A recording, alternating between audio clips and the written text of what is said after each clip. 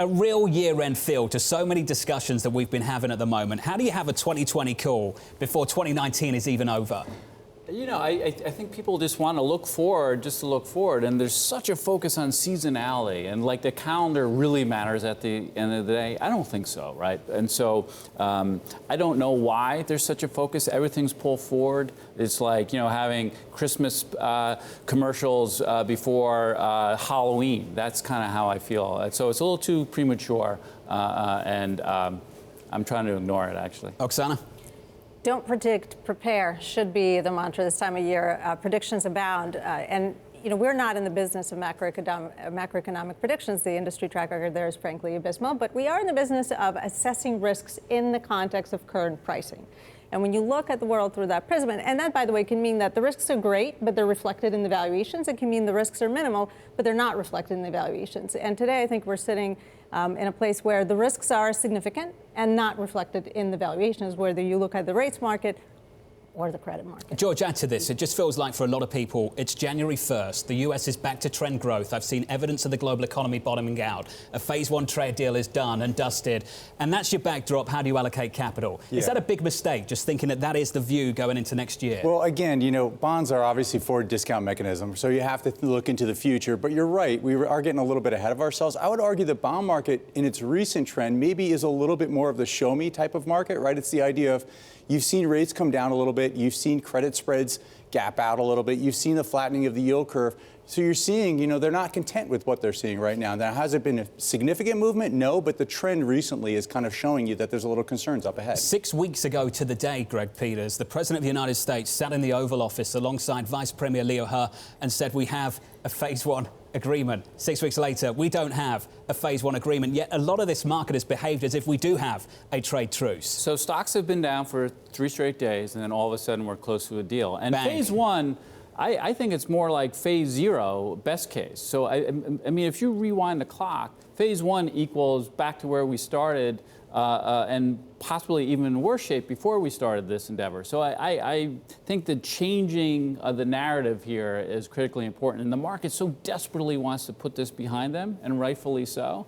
But to call phase one as a win is basically saying you're winning by not losing. Line in the sand. There is a soft deadline. It's December 15th. That's when the next set of tariffs are set to hit Chinese imports. Do you assume that gets suspended, that deadline, Greg? Is that a working assumption for you? I think what we've learned time and time again is that the deadlines get pushed out. But it is a risk factor. I don't mean to dismiss it, but it seems like each and every time it gets pushed out, pushed out, pushed out. Oksana? So this is really one of the issues, right, when we talk about risks and what's reflected in valuations, whether you think about secularly or technically, right? So one of the secular issues is, of course, the trade deal. And frankly, even if we assume that phase one gets done, at some point the effects of that will evaporate and all the bigger issues remain on the table. And that means potentially we're still going to be locked in a trade war with tariffs, which potentially means higher yields and an economy that is slower. And so here you have a scenario where potentially you have inflation and slower growth, higher yields, wider spreads. But that's kind of more secularly. But if you think about tactically what's going on, you have a market that's essentially, from a rates perspective, priced for recession, but from a spread perspective, it's telling you there are no risks whatsoever.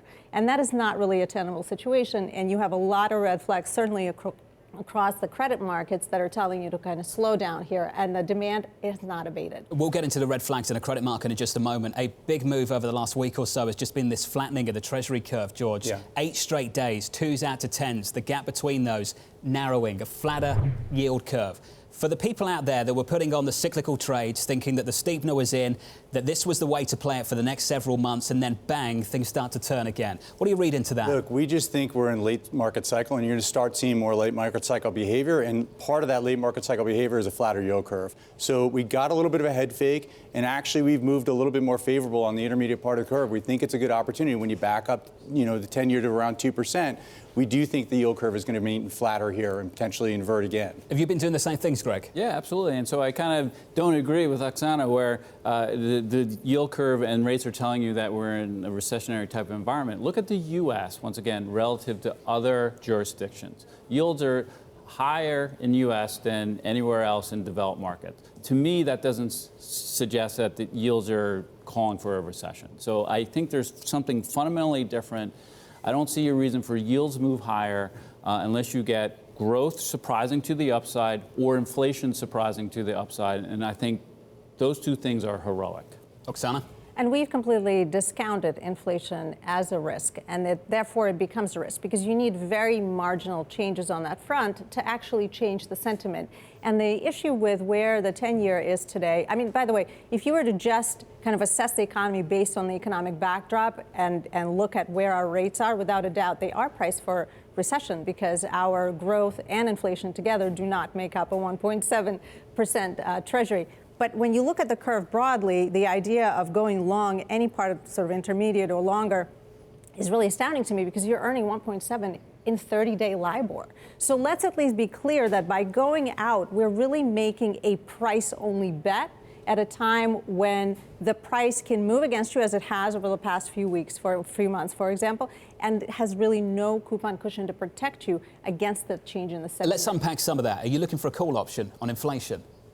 So I'm definitely not in the camp of believing that, inflation is upon us in any great way. I just think that where prices are today and where sentiment is today, you only need 2-3 prints slightly above expectation to all of a sudden have that come into the sentiment and the zeitgeist. And all of a sudden rates are starting to move in that direction. If you think about the ownership of the market, which is really important in the fact that you have a lot of really sort of mutual funds and ETFs, 20% of all the negative yielding debt is sitting in mutual funds and ETFs. And when you think about how changed the ownership of the market is, that slight change in the sentiment will translate into dramatic changes in technicals. What do you think of that, Greg?